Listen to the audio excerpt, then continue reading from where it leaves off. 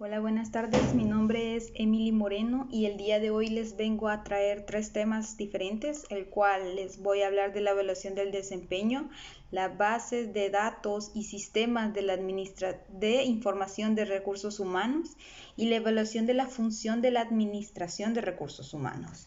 Para empezar, quiero definir qué es evaluación del desempeño. La evaluación del desempeño es el proceso que mide el rendimiento del trabajador en la medida en que éste cumple con los requisitos de su trabajo. ¿Y qué se debe medir en esta evaluación de desempeño?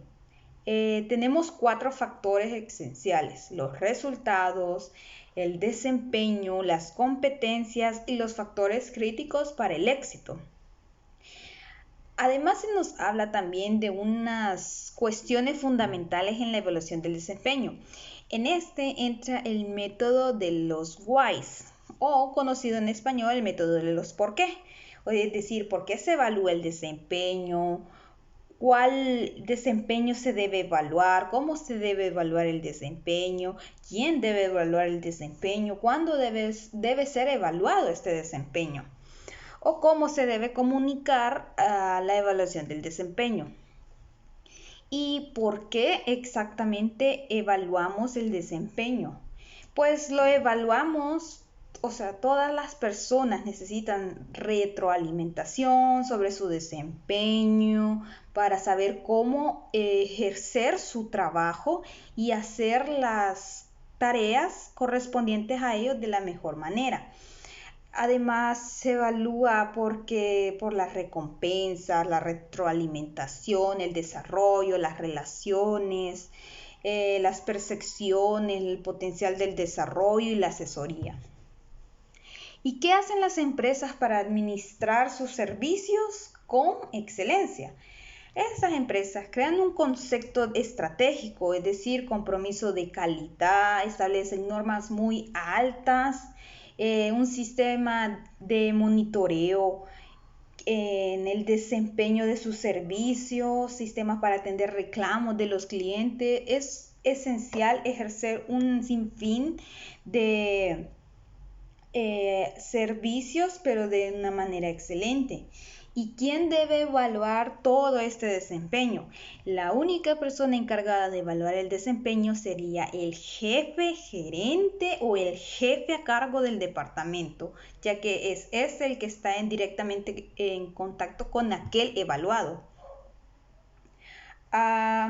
Dentro de esto tenemos en la evaluación de desempeño existen los enfoques tradicionales, de los cuales tenemos las escalas gráficas, la elección forzosa, la investigación de campo, los índices críticos y la lista de verificaciones. Y en la evaluación de desempeño también tenemos los modernos, el cual entra la evaluación participativa por objetivos y la evaluación 360. Los 6 indicadores esenciales de recursos humanos, o también conocidos como KPI de recursos humanos, son la capacitación, el tiempo promedio para alcanzar los objetivos, la rotación de los puestos, accidentabilidad laboral, ausentismo laboral y el tiempo promedio para contratar o cubrir una vacante. ¿Y qué significan los KPI de recursos humanos? Pues básicamente son los Key Performance Indicators, que prácticamente nos ayudan a detectar cómo evaluar o cómo saber evaluar el desempeño de las personas. Puedo explicarles también un método tradicional sería el de listas de verificaciones, pues este básicamente entra como un listado, un recordatorio para que el gerente pueda evaluar las cualidades, competencias que la persona evaluada tenga, es decir, para reforzar esas habilidades. Y les puedo explicar también un método moderno, el cual tenemos la evaluación 360, que básicamente es como una evaluación circular que hace que la persona que va a ser evaluada sea evaluada por todos aquellos que están alrededor de esta persona. Por eso el nombre de la evaluación 360.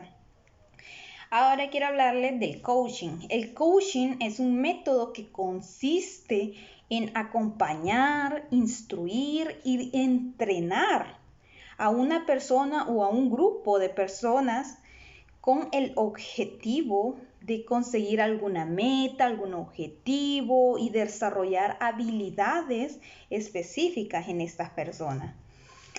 ¿Cuál es el objetivo principal del coaching? El objetivo principal del coaching es que hace referencia a entrenamientos intensivos a una o a varias personas. ¿Y cuáles son estas habilidades que debe poseer un coach?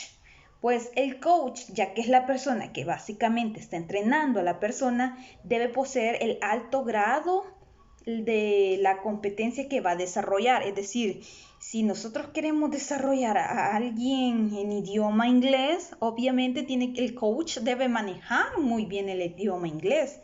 Debe poseer también la capacidad de transmitir estas competencias, obviamente, porque es aquel el cual el empleado o alguna persona va a fijar sus ojos en tratar de poder desarrollarse y aprender todo lo que esa persona le diga. El proceso del coaching, ¿cómo es? Básicamente lo primero es elegir el coach adecuado para cada uno, fijar objetivos del trabajo medibles, obviamente, y alcanzables entre los participantes. El coach aprendiz. Fijar rutinas, días, horarios de encuentro, lugar o otros detalles. Definir metodologías de trabajo de forma conjunta es muy esencial también, ya que ahora en día el trabajo en equipo es fundamental. ¿Por qué? Porque nosotros debemos desarrollar nuestras habilidades, pero también tenemos que aprender de otros. Cada uno deberá llevar registro de su trabajo y del grado de cumplimiento de los objetivos. Además, quiero hablarles con respecto a las bases de datos y de sistemas de información de recursos humanos. Primeramente, quiero definir qué es banco de datos y banco de datos de la Administración de Recursos Humanos. Perdón. El banco de datos es un sistema de almacenamiento y acumulación de datos. Está debidamente codificados y disponibles para el proceso y la obtención de la información. ¿Qué diferencia hay entre los datos y la información? Los datos exigen de su procedimiento, calificaciones, almacenamiento y vinculaciones para que adquieran estos significados y consiguiente a esto informar obviamente a aquella persona. En cambio, la información tiene el significado o la intención como aspectos fundamentales que la diferencia de los datos simples. ¿Cuáles son las principales bases de datos que necesita la Administración de Recursos Humanos? Pues puedo hablar de los registros de las personas. Es fundamental contar con los datos sobre cada trabajador, ¿verdad? El registro de los puestos. Es necesario saber sobre los ocupantes, o sea, quién está ocupando este puesto, qué nos hace falta en este lugar, si hay un puesto vacante. El registro de secciones con datos sobre los trabajadores de cada sección, es decir, departamento, división, entre otros. Registro de remuneraciones. Es muy fundamental también saber sobre los salarios, los incentivos salariales, el registro de prestaciones para las prestaciones o los servicios sociales, ¿verdad? También el registro de médico. Ahora en día más que todo es muy esencial ese registro, ya que no son datos de consulta de exámenes y ahora con el momento de la pandemia en que estamos, ¿verdad? Es muy importante poder llevar un registro médico. ¿A quién corresponde la responsabilidad de mantener el banco de datos? El mantenimiento y la actualización de la base de datos es la responsabilidad de sus usuarios. Aquellos especialistas en recursos humanos, los gerentes de línea y sus propios colaboradores. quiero definirle lo que es sistema de información de la Administración de Recursos Humanos. La organización es una serie estructurada de redes de información que se ligan a las necesidades de formación de cada proceso, como la fuente de datos. Es por eso que el sistema de información de la Administración de Recursos Humanos debe estar actualizada y ligada a las necesidades. Con respecto al tema de la evaluación de la función de la Administración de Recursos Humanos, quiero definir lo que es la auditoría de recursos humanos. Esto es un análisis de las políticas y las prácticas del personal de una organización y la evaluación de su funcionamiento actual, así como las sugerencias para una mejoría. ¿Y se debe saber exactamente cuáles son sus principales aspectos, cuáles son sus funciones de la administración de recursos humanos, qué importancia tienen esas funciones, cuál es el desempeño actual de estas funciones, qué se debe mejorar, cuál función de administración de recursos humanos utiliza con eficacia entre los recursos, entre otras generalidades. ¿Quién debe evaluar la administración del capital humano? El que debe evaluar siempre va a ser el gerente, ya que es la autoridad.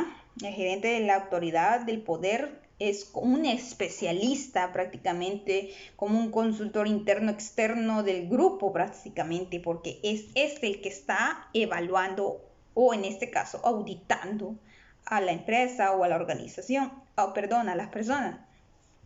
¿Cuáles son los métodos de evaluación del capital humano? Tenemos las medidas de desempeño, las de acoplamiento, tenemos las medidas de satisfacción de los trabajadores, medidas indirectas del desempeño de los trabajadores. ¿Y cuáles son las medidas de desempeño, de adecuación y de satisfacción?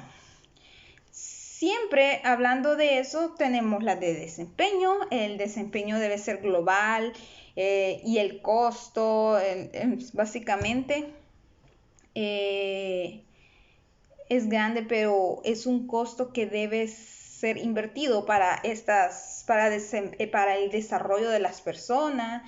Medidas de acoplamiento, adecuación a los requisitos globales legales, adecuación a la misión, a los objetivos de la organización, las medidas de satisfacción de los trabajadores, para la satisfacción de los trabajadores por medio del sondeo de opiniones, satisfacción de los trabajadores con actividades de recursos humanos, medidas indirectas del desempeño de los trabajadores, la rotación del personal, es decir, el ausentismo del personal también, índices de desperdicio, índices de calidad, número de trabajadores, entre otros.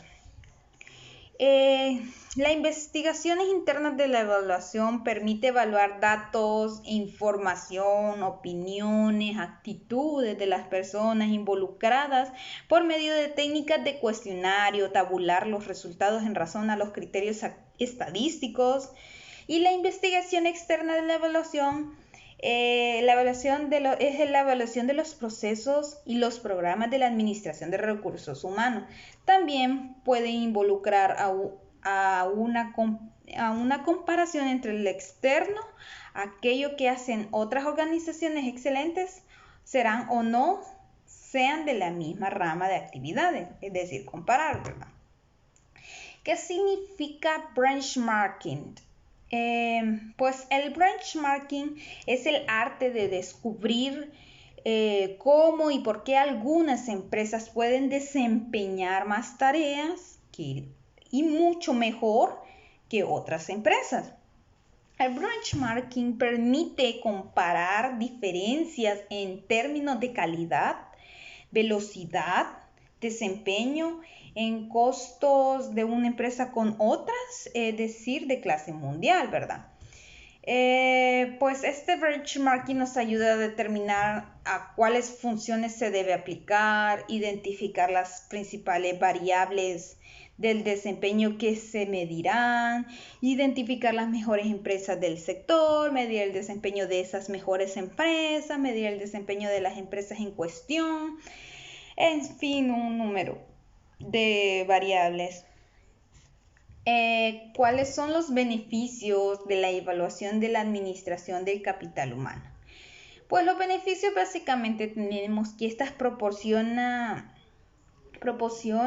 que los gerentes examinen todo el sistema de la administración de los recursos humanos, fomentar la idea que todos los gerentes son administradores de recursos humanos, colocar al departamento de recursos humanos en perspectivas como prestar servicios, consultorías internas, asociados al negocio.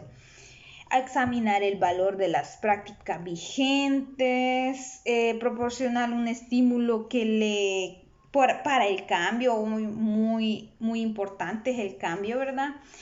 Y quiero explicarles el modelo de competencias de la administración del capital humano. El modelo está básicamente conformado en una pirámide donde sacamos, ¿verdad?, sus tres lados. Básicamente en medio tenemos la credibilidad, la cual es la imagen, confiabilidad, valores, coraje. Luego tenemos en la parte de arriba las competencias para los negocios, el enfoque de negocio, del cliente, la visión del mercado y la cadena de valor.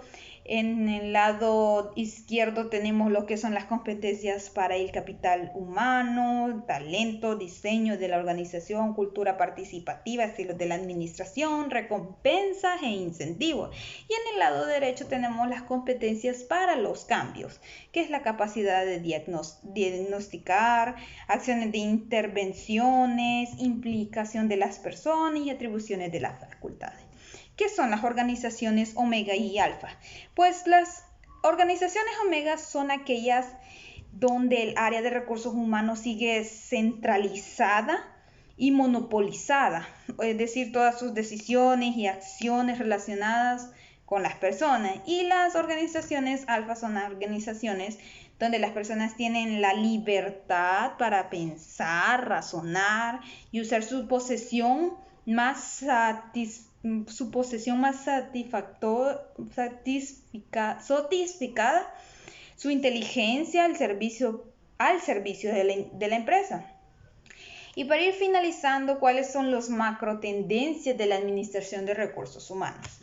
Pues tenemos básicamente lo que son 5. Una nueva filosofía de acción, una nítida y rápida tendencia hacia el adelgazamiento, transformación de un área de servicio, la transferencia gradual de decisión y acción de la administración de recursos humanos a la gerencia de línea y una intensa vinculación con el negocio a la empresa. Pues esto ha sido todo de mi parte. Espero haber dado a entender mis temas y feliz día.